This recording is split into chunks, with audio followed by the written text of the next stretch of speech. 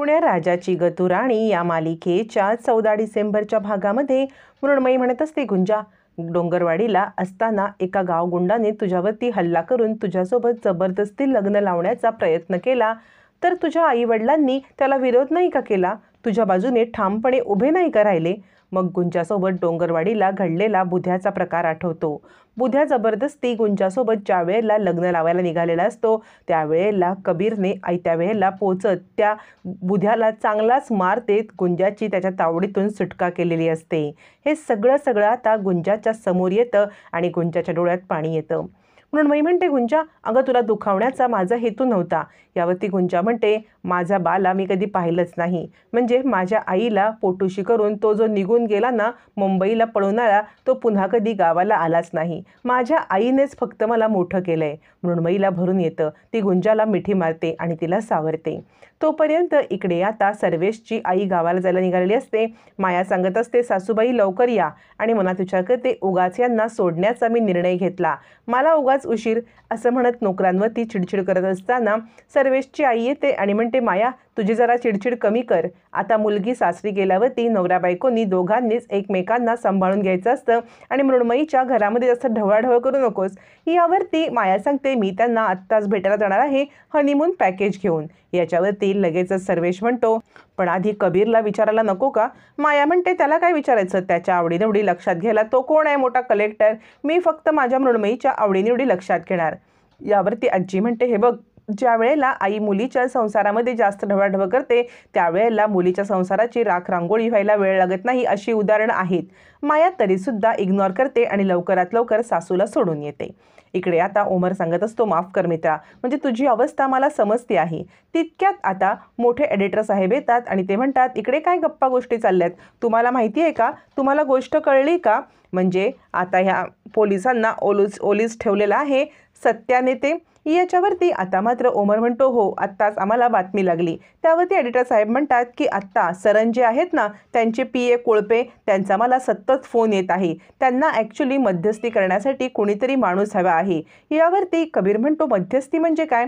आता मात्र इकडे एडिटर साहेब सांगतात, हे बघ, म्हणजे तिकडे पोलिसांना ओलीस धरलंय ना, मग त्या पोलिसाला सोडवण्यासाठी आता सरण जे हे मंत्री आहेत त्यांचे कोळपे PA आहेत, ते सारखे प्रयत्न करतात की कोणीतरी मध्यस्थी म्हणून जावं. मग मला ते फोन करतात की मला कोणतरी मध्यस्थी द्या जेणेकरून पोलिसांना सोडवू, सत्यासोबत बोलणं करून.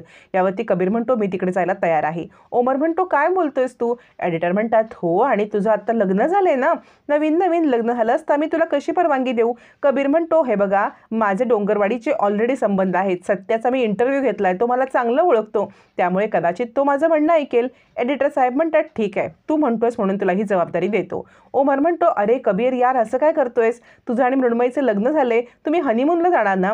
कबीर म्हणतो, आधीचा हा अध्याय संपवतो, डोंगरवाडीला जाऊन गुंजाला पण तिकडे सोडून येतो.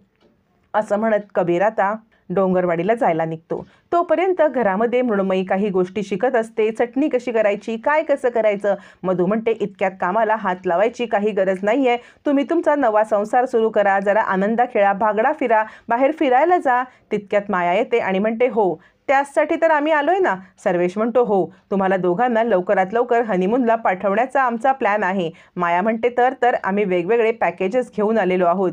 असं म्हणत सर्वेश्वर आणि माया हनीमूनसाठी दोघांनी कुठे जायचं हे ठरवत असतात. सर्वेश सांगत असतो गोव्याला, माया म्हणत असते नाही, स्वित्झर्लंडला. सर्वेश म्हणतो पॅरिसला, तिकडे हवा खूप छान असते. असं ब्रॉशर्स खूप सारे आणून आता नक्की हनीमूनला कुठे जायचं असं प्लॅनिंग चालू असताना विजया म्हणते, ते काय असतं पॅकेज म्हणजे? यावरती चेष्टा करत माया म्हणते, कसं आहे ना, पूर्ण हा जो खर्च असतो ना त्या खर्चाला पॅकेज म्हणतात आणि हे असं बाहेरचं असतं ना 10 लाखाचं वगैरे पॅकेज असतं. विजया म्हणते, नाही हो, इतकं आम्हाला काही परवडायचं नाही. यावरती आता मात्र माया म्हणते, नाही, तुम्ही काळजी करू नका. कबीराणी, आता इकडे मृण्मयीचं आम्ही पॅकेज केलं ना की ते फिरून आले की तुम्हाला पण हवे तर आम्ही पॅकेज देऊ स्वित्झर्लंडचं. असं म्हणत माया विजयाचा अपमान करते. तितक्यात तिथे कबीर येतो. कबीर म्हणतो, हे काय? याच्यावरती माया म्हणते, हे ब्रोशर्स आहेत, स्वित्झर्लंडला आम्ही तुम्हाला हनीमूनला पाठवतोय त्याचे. यावरती आता इकडे मृण्मयी म्हणते, मम्मा थांब, अगं तो आत्ता तर आलाय, त्याला काय वेठीला धरतेस? माया म्हणते, वेठीला काय वेठीला? त्याला मी विचारते आहे की यापैकी ब्रोशर बघ आणि तुला कुठल्या ठिकाणी जायचं आहे, कोणत्या ठिकाणी तुझी आवड आहे तिकडे जा, एवढंच मी त्याला सांगते, दुसरं काय मी सांगते. आणि तू का गं अशी, म्हणजे तू मी आल्यापासून बघते आहे खुश नाही आहेस, तुझ्या मनासारखं इथे काही घडत नाही आहे का? तुला इथे काही आनंद मिळत नाहीये का? असं म्हणत माया आता सडेतोड सवाल करते आणि म्हणते, कबीर लवकरात लवकर मृण्मयीला घेऊन फिरायला जा.